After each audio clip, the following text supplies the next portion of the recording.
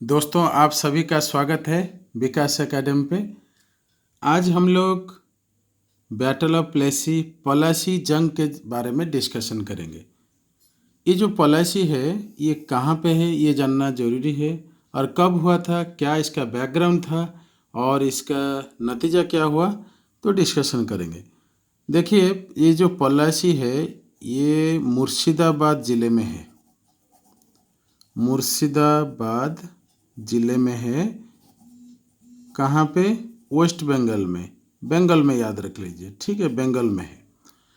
और आपको बताना चाहूँगा, हुगली नदी होता है, हुगली नदी जो होता है ना, हुगली, तो ये जो हुगली नदी के पास ये युद्ध हुआ था 23 जून 1757। ये चीज़ आपको ध्यान रखना है। ये किसके किसके बीच में हुआ था? एक तरफ था ईस्ट इंडिया कंपनी और दूसरे तरफ जो नवाब थे बंगाल का वो थे। नवाब बंगाल का थे। कौन थे? सिराज उद्दौला। उनको सिराज भी कहते हैं, सिराज उद्दौला, यू है ये। तो सिराज उद्दौला और ईस्ट इंडिया कंपनी के बीच में युद्ध हुआ, और ईस्ट इंडिया कंपनी का जो रिप्रेजेंटेटिव था उनका नाम है रॉबर्ट क्लाइव। यानी रॉबर्ट क्लाइव और सिराज उद्दौला के बीच में युद्ध हुआ था। अच्छा, इस युद्ध में कौन जीता? ये रॉबर्ट क्लाइव जीत गए, मतलब ईस्ट इंडिया कंपनी जीत गया। ये था विनर और ये था लूजर। क्यों हारे थे? क्यों सिराज उद्दौला हारे थे और Robert Clive east India company क्यों जीते थे, हम अभी बात करेंगे। देखिए, बात क्या है, आपको थोड़ा सा बैकग्राउंड बताऊंगा। जो ईस्ट इंडिया कंपनी ये पहले 1600 में आए थे। कब आए थे? 1600 में भारत आए थे। किस काम से आए थे? सिर्फ ट्रेडिंग के लिए आए थे, मतलब बिजनेस करने के लिए आए थे। लेकिन धीरे धीरे क्या हुआ, जब बिजनेस हुआ तो भारत में जो पॉलिटिकल अफेयर्स था, ठीक है, जो शासन व्यवस्था था जो राजाओं का, उनमें क्या हुआ, इंटरेस्ट दिखाए और धीरे धीरे वो कोशिश किए कि हम भारत को अपने अख्तियार में लाएंगे। ठीक है, ये चीज़ ध्यान रखना है। तो इसको समझते समझते ईस्ट इंडिया कंपनी को 100-150 साल लग गए, और 1757 में क्या हुआ, इनके साथ युद्ध किए नवाब के साथ। ये जो नवाब थे बंगाल का सिराज उद्दौला, 1756, यानी इस युद्ध से 1 साल पहले ये नवाब बने थे। ये इंडिपेंडेंट थे, मतलब इंडिपेंडेंट, मतलब हर कोई चाहता है इंडिपेंडेंट रहने के लिए, तो ये इंडिपेंडेंट रूलर थे। और थोड़ा अगर क्लियर जानना चाहते हैं, थोड़ा देख लीजिए। मान लीजिए ये हुआ आपका, मैं थोड़ा सा कोशिश कर रहा हूँ समझाने के लिए। ये भारत है, यहाँ पे बंगाल है, ठीक है, बिहार वगैरह ये सब था बंगाल। यहाँ पे मुगल एम्पायर था, यहाँ पे राजपूत था, ठीक। ये सब चाहते थे इंडिपेंडेंटली रहने के लिए, और आपस में जेलसी था, ईर्ष्या था और कंपटीशन भी था। तो कोई किसी को मतलब मदद भी कम कर रहे थे, ठीक है। तो इसका फ़ायदा कौन लिए? ईस्ट इंडिया कंपनी 1757 में लिए।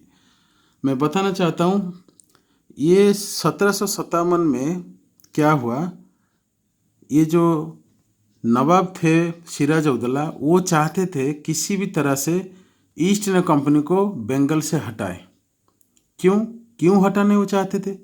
क्योंकि ये जो ईस्ट इंडिया कंपनी धीरे धीरे जो अपना आर्मी का बेस होता है और कई सारे जो फोर्ट होता है वो सब बनाने लगे, किले बनाने लगे, क्योंकि थोड़ा मजबूत स्थिति आएगा कैसे बंगाल में, वो कोशिश कर रहे थे। इससे पहले मद्रास, बॉम्बे, वहाँ पे भी उनका मजबूत था ईस्ट इंडिया कंपनी का। तो इसको देखते देखते क्या हो गया, जो सिराज उद्दौला हरास हो गए, हैरान हो गए और कोशिश की इनको भगाने के लिए। तो इसीलिए 1757 में क्या हुआ, युद्ध हुआ। लेकिन क्या करें, युद्ध में ये हार गया। क्यों हार गए? क्योंकि मैं बताता हूँ, इनके दरबार में एक था मीर जाफ़र। मीर जाफर, ये जो मीर जाफर थे इनका क्या कहते हैं, सेनापति थे, आर्मी का सेनापति थे। ये मतलब ट्रेटर, क्या कहते हैं, धोखेबाज थे, विश्वास तोड़ दिए। तो क्या हुआ, अंग्रेज को ये मदद किए, ईस्ट इंडिया कंपनी वालों को ये मीर जाफर मदद किए। असल में बात ये था, इनके कोर्ट में, इनके दरबार में विलियम पीट करके नाम, विलियम वाट करके, माफ़ कीजिएगा, विलियम वाट करके एक, क्या कहते हैं, अंग्रेज था वहाँ पे। और वो देख रहे थे ये जो नवाब के दरबार में बहुत सारे बागी लोग हैं, तो बागी में ये मीर जाफर था, तो इनका फ़ायदा लिए। मतलब ये खबर मीर जाफर के बारे में विलियम वाट ने दिए ईस्ट इंडिया कंपनी वालों को, अंग्रेज़ों को। और अंग्रेज ने मीर जाफर को अपना लोभ दिखाए, मतलब क्या कहते हैं, राजा बनाने का सपना दिखाए। तो मीर जाफर ने क्या किया, जब युद्ध हुआ तो युद्ध क्षेत्र में क्या किए, ये खड़े रहे वहाँ पे, और आप खुद तो खड़े हुए और लोगों को भी बोले कि आप भी थोड़ा सा साइलेंट रह जाओ। फिर अंग्रेज ने क्या किए, आराम से 3,000 सोल्जर के लेके जीत गए। इनका 3,000 से 4,000 के था, इनका 15,000 के करीब सोल्जर था, फिर भी ये हार गए और ये जीत गए।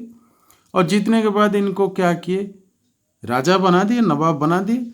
और उसके बाद ईस्ट इंडिया कंपनी ने जो मन किया वो सारे लूट के यहाँ से ले रहे थे, क्योंकि अभी टैक्स देना नहीं है। ये था तो टैक्स देने वाले थे, ये था तो कोई टैक्स नहीं है। और फिर बाद में क्या है, मीर जाफर को भी हटा दिए। चलिए कोई बात नहीं, हम लोग पलासी की जंग समझ जाना चाहिए। यहाँ पे और एक बात है, पलासी की जंग के बाद क्या ऐसे महत्वपूर्ण बात हुआ जो याद रखने का चीज़ है, मैं बता देता हूँ। इसका ये जो था, अंग्रेज का पहला विक्ट्री था, भारत में पहला विक्ट्री था, फर्स्ट विक्ट्री था ब्रिटिश लोगों का। ये चीज़ ध्यान रखना, एक पॉइंट। दूसरा चीज़ क्या है, ये ब्रिटिश एम्पायर का जो साम्राज्य, ब्रिटिश एम्पायर मतलब साम्राज्य जो है, इसका शुरुआत हो गया, बिगनिंग हो गया। और क्या है, ब्रिटिश रूल भी स्टार्ट हो गया, मतलब अच्छे तरह से नहीं, फिर भी ब्रिटिश रूल एक तरह का स्टार्ट हो गया, ब्रिटिश रूल स्टार्ट हो गया। ठीक, ये था आपका पलासी जंग। और इसे जंग में और भी एक बात था, क्या है मैं बताता हूँ। अगले 100 साल के लिए, लगभग 100 साल के लिए भारत में और आसपास में जो भी टेरिटरी था, म्यांमार वगैरह, थोड़ा बहुत अफगानिस्तान, उनके ऊपर कंट्रोल आ गया, किसका, अंग्रेज़ों का, ईस्ट इंडिया कंपनी का। मतलब बाद में फिर अंग्रेज़ तो हुआ ना। तो ये चीज़ आपको समझना चाहिए। मैं समझता हूँ ये चीज़ आपको क्लियर हो गया। और कोई भी डाउट होता है तो मुझे आप संपर्क कर सकते हैं। Thank you for watching Vikas academy.